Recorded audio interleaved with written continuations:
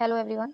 तो आज अगला ऑर्गेनाइजेशन पढ़ेंगे जो है वर्ल्ड बैंक। और वर्ल्ड बैंक की जो स्थापना हुई थी वो 1944 में हुई थी, ब्रिटेन वुड्स सम्मेलन के दौरान हुई थी। इसका हेडक्वार्टर जो है वो वाशिंगटन डीसी में है। इसका जो कार्य शुरू हुआ था 1945 में शुरू हुआ था। इसमें कुल सदस्य देश जो है वो 189 है और ये आखिरी है, ये नॉर्वे है।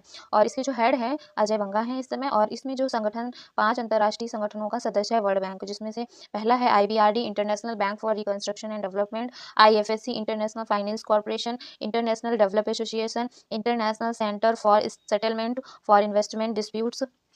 और पांचवा है मीगा मीगा मल्टीलैटरल इन्वेस्टमेंट गारंटी एजेंसी। और इसकी स्थापना हुई थी 1988 में, इसको पूछा जा सकता है। और इसमें जो भारत जुड़ा था 1994 में। IMF इंटरनेशनल मॉनेटरी फंड, जिसकी हेड है क्रिस्टलिना जॉर्जीवा और इसका हेडक्वार्टर वाशिंगटन डीसी में है।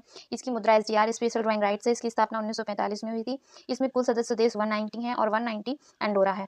और ये सभी को ऋण दे सकता है। IMF का सदस्य बनने के बाद ही IBRD का सदस्यता मिलती है। और WTO अगला संगठन, WTO world trade organisation.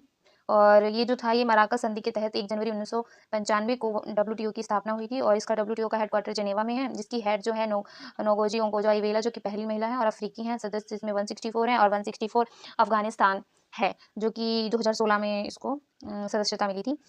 European union, जिसकी स्थापना 1 जनवरी 1958 को रोम की संधि 1957 से हुई थी। देश इसमें 27 हैं। इसका हेडक्वार्टर ब्रुसेल्स बेल्जियम में है। यूरो का चलन जो हुआ था वो 1 जनवरी 2000। और नेक्स्ट ऑर्गेनाइजेशन है NATO. NATO North Atlantic Treaty Organization, जिसका हेड है जेम्स स्टेनबर्ग। और इसकी स्थापना 4 अप्रैल 1949 को हुई थी। संस्थापक सदस्य जो थे वो 12 थे। इस समय इसके जो टोटल सदस्य देश हैं वो 32 हैं और 32वां स्वीडन है। इसका हेडक्वार्टर ब्रुसेल्स बेल्जियम में है। और अगला है SAARC SAARC South Asian Association for Regional corporation, जिसकी स्थापना 8 दिसंबर 1985 को ढाका में हुई थी, जिसका हेडक्वार्टर काठमांडू है। और इसके सदस्य देश 8 हैं। सदस्य देश के नाम है मालदीव, भूटान, बांग्लादेश, श्रीलंका, पाकिस्तान, भारत, अफगानिस्तान, नेपाल। और अगर ऑप्शन में म्यांमार चीन मिलता है तो ये नहीं है, इनको हटा देना है, ये याद रखने के लिए मैं बोल रही हूँ। अगला है Asian association of south east Asian, जिसकी स्थापना 8 अगस्त 1967 को हुई थी, जिसका हेडक्वार्टर जकार्ता इंडोनेशिया में है। और इसमें जो सदस्य देश हैं वो 11 बिम्स्टेक, जो अगला है bay of Bengal initiative on multi sectoral technical economic cooperation, जिसकी स्थापना 6 जून 1997 को हुई थी, जिसका हेडक्वार्टर ढाका है। इसमें सदस्य 7 हैं, बांग्लादेश है, भूटान है, म्यांमार है, नेपाल है, श्रीलंका है, थाईलैंड है बिम्स्टेक का सदस्य।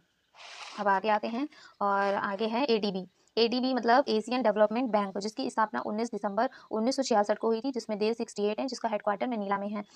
अगला है कॉमनवेल्थ, जिसको राष्ट्रमंडल बोलते हैं। इसकी स्थापना हुई थी 11 दिसंबर 1931 हैमिल्टन में। इसका हेडक्वार्टर लंदन है। इसमें कुल सदस्य देश हैं 54 और 54 महाद्वीप हैं।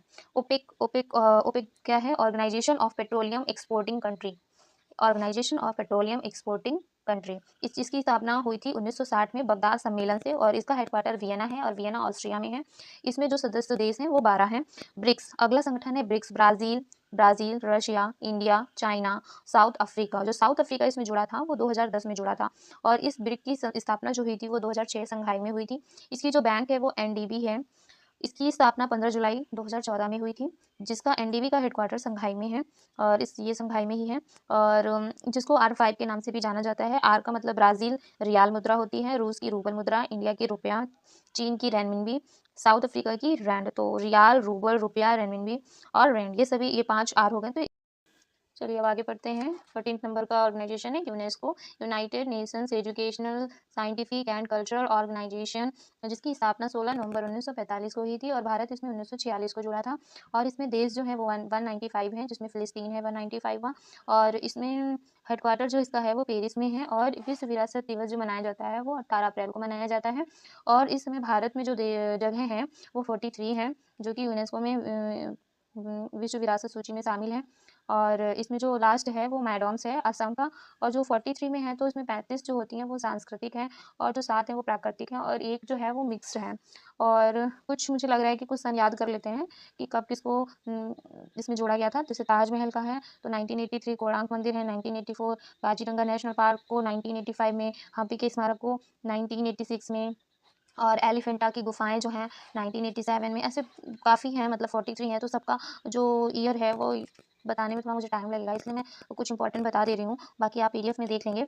और इसके आगे बढ़ते हैं। इसके आगे जैसे रामप्पा मंदिर को, जो कि तेलंगाना में है, उसको 2021 में किया था, और धौलावीरा जो कि गुजरात में 2021 में, ये करंट अफेयर में आ सकता है। और रामसर स्थल जो है आर्द्रभूमि, इसका तो पता है कि जो 2 फरवरी 1971 को रामसर जो कि ईरान में है, इस सम्मेलन हुआ था। और ये रामसर संधि जो हुई थी वो 1975 में लागू हुई थी। पूछा जाता है कि जैसे लागू हुई तो 1975 में, और सम्मेलन कब हुआ तो 2 फरवरी 1971 को, और 2 फरवरी को ही आर्द्रभूमि दिवस भी मनाया जाता है। और भारत में 1982 में इसने हस्ताक्षर किए थे, और इस समय भारत में जो रामसर स्थल है वो 91 हो चुके हैं।